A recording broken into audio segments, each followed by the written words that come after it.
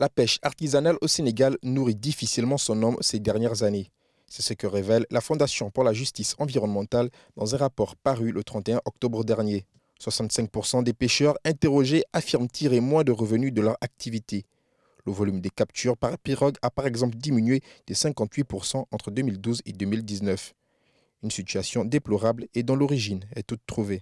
La cause est à chercher dans tous ces accords de pêche signés par l'État du Sénégal. Il y a tellement de bateaux qui viennent pêcher sur nos côtes. Ils sont puissants et nombreux. Tout ça, c'est de la faute à nos dirigeants. Ces bateaux qui viennent ont traversé plusieurs pays sans s'y arrêter. Donc pourquoi nous ? Au moins 49% des navires battant pavillon sénégalais sont liés à des bénéficiaires effectifs établis dans l'Union européenne et la Chine par le biais de sociétés mixtes opaques.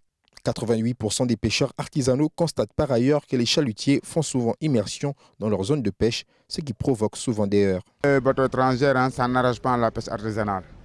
Ça n'arrache même pas la pêche avec un grand P.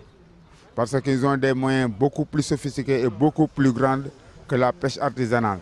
Ce qui provoque toujours des conflits et des altercations entre nous et la pêche industrielle.